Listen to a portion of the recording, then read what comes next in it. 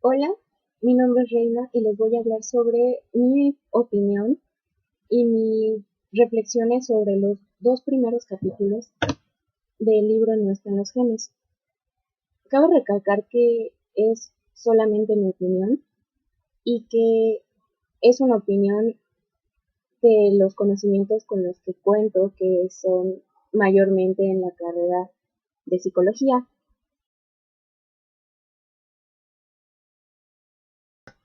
En el primer capítulo nos trata de dar una introducción de lo que va el libro, pero con dos conceptos que son importantes.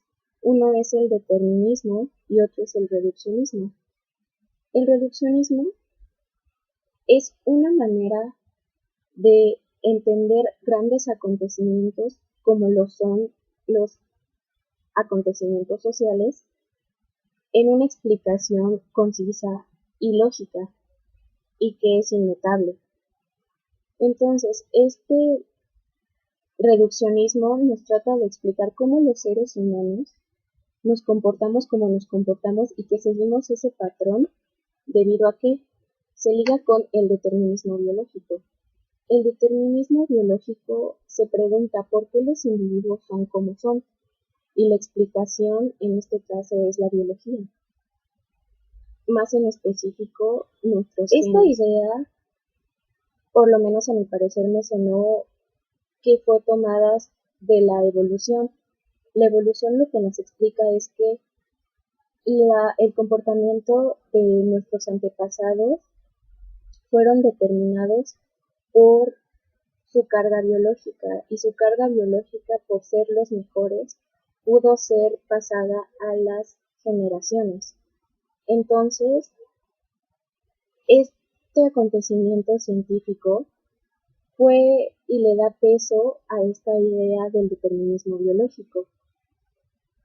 Otras personas como Galton, que fue primo de Darwin, ha tomado esta idea de que se puede medir la inteligencia por medio de aspectos físicos del hombre, como la fuerza, la altura, el peso, y esto llevó al inicio de lo que conocemos como los test de aptitudes. Estas pruebas son mencionadas en el libro que se usaban para determinar si una persona podría entrar a un país o no, ya que esas pruebas medían el coeficiente intelectual y si una persona no era considerada inteligente, no podría quedarse en ese país, ya que esa sociedad, por tener sus antepasados buenos genes, arruinarían a la sociedad, ya que se decía que las personas que no pasaban dichas pruebas tenían el cerebro dañado. Estas personas que tenían el cerebro dañado no podían hacer nada para remediarlo. En cambio, en el libro se menciona que también trataron de dar medicamentos para que así pudiera componerse ese cerebro, a lo cual me dio a pensar en que si esto tuviera peso, yo como psicóloga no estaría estudiando psicología, sino estaría estudiando neurología, que se basa en el cerebro. Y el cerebro, las mediciones del cerebro y la sinapsis y todo lo que conlleva, no es equiparable a la inteligencia. No puedes medir un algo físico con la inteligencia, que es un concepto meramente abstracto.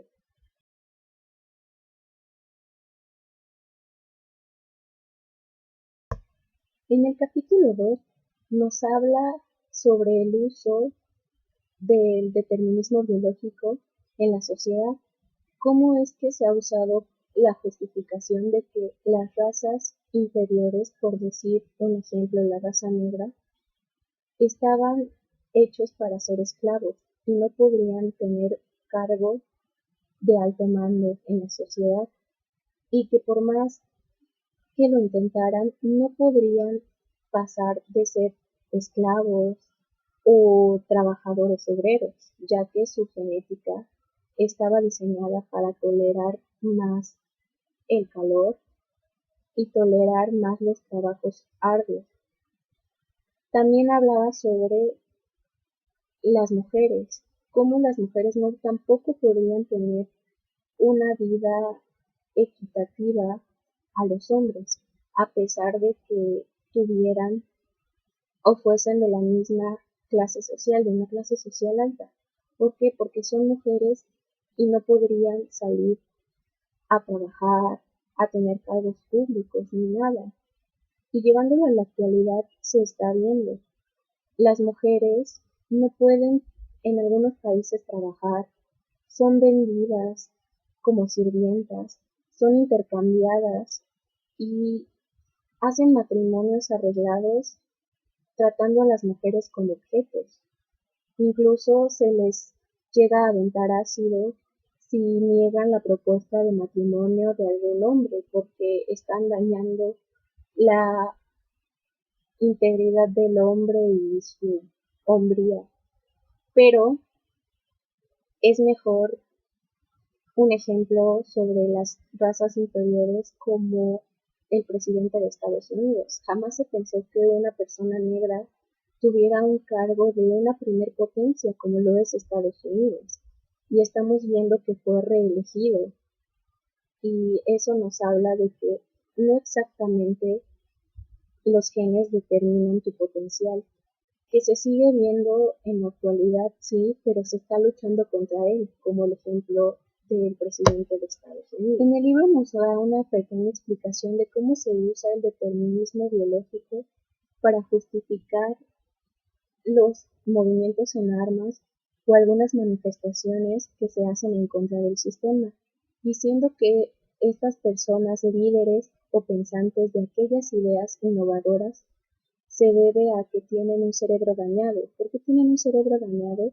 Porque no siguen la norma ya establecida, quieren ir en contra de ella, por ende deberían de ser personas. Lo que me pone a pensar que esta justificación aún se sigue usando en nuestros tiempos. Personas que hacen movimientos o más en específico manifestaciones aparecen en la tele diciendo que son personas con bajos promedios o que simplemente no tienen un trabajo, son niños. Esto es una justificación más de que esas personas no tienen manera de sostener sus ideales y las tachamos como locas. Lo que me lleva a recordar el DSM. El DSM antes tenía a los homosexuales como enfermos, porque no podía concebir que un hombre le gustara a otro hombre o que una mujer le gustara a otra mujer. ¿Por qué? Porque iba en contra del sistema, porque las personas deben de formar familias para así poder sostener a la burguesía, como lo vemos en la actualidad. Pero gracias a personas que pensaron diferente, estas ideas van. Por último, lo que me dejó pensando sobre el uso del determinismo biológico es una salida fácil que tiene el gobierno con tal de decir que las personas externas a él son las que están mal, que nosotros deberíamos de cambiar y amoldarnos a lo que ellos nos dicen, que ellos son la autoridad y por ende son las personas que más saben. Y sabemos que esto no es cierto. La política debe de ir cambiando conforme cambie la sociedad, porque la sociedad debe de ir hacia adelante y no en retroceso. No las ideas que se tenían antes deben de ser vigentes ahora. Que lo estamos viendo, sí, pero hay que luchar en contra de ello. Lo que también me deja pensando, y es el punto clave de estos dos capítulos, es el peso y el valor que se le da a la palabra ciencia. Por el hecho de los genes de decir que es algo científicamente comprobado, se transgiversó en una justificación, como dije, de los problemas de la sociedad.